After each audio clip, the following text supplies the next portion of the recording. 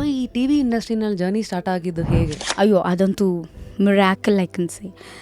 ನಾನು ಫಸ್ಟ್ ಶುರು ಮಾಡಿದ್ದು ಜರ್ನಿ ಮುಗುಳು ನಗೆ ಸಿನಿಮಾ, ಯೋಗರಾಜ್ ಭಟ್ರು ಸರ್ದು. ಯಾ, ಯೋಗರಾಜ್ ಭಟ್ರು ಸರ್ದು, ಆಶಿಕಾ ರಂಗನಾಥ್ ಮತ್ತು ಗಣೇಶ್ ಸರ್ದು ಫಸ್ಟ್ ಹಾಫ್ ಇದೆ.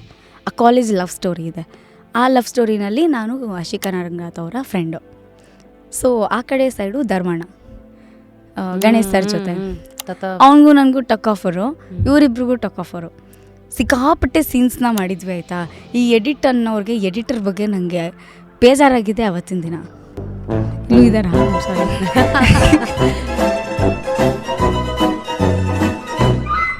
ಅದಾದಮೇಲೆ ಅಮ್ಮ ಐ ಲವ್ ಯು ಸಿನಿಮಾ ಬಂತು. ಅದಕ್ಕೂ ಆಡಿಷನ್ಸ್ ಕರೆದಿದ್ರು. ಸೊ ಆಗ ನಾನು ಹೋದೆ, ಆಡಿಷನ್ ಮಾಡಿದೆ. I never knew that it was remake film ಅಂತ ಗೊತ್ತಿರಲಿಲ್ಲ.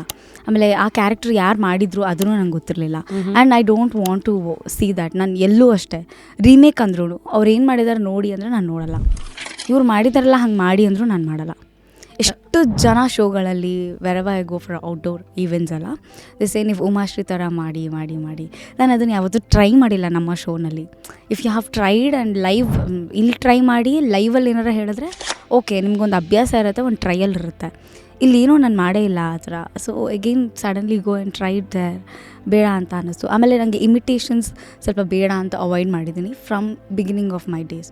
ಅದು ಹೆಂಗೆ ತಲೆ ಬಂತು ಅಂತ ಗೊತ್ತಿಲ್ಲ. It is not planned by the way, but ನನಗೆ ಯಾವಾಗಲೂ ಹಾಗೆ I don't want to imitate anyone.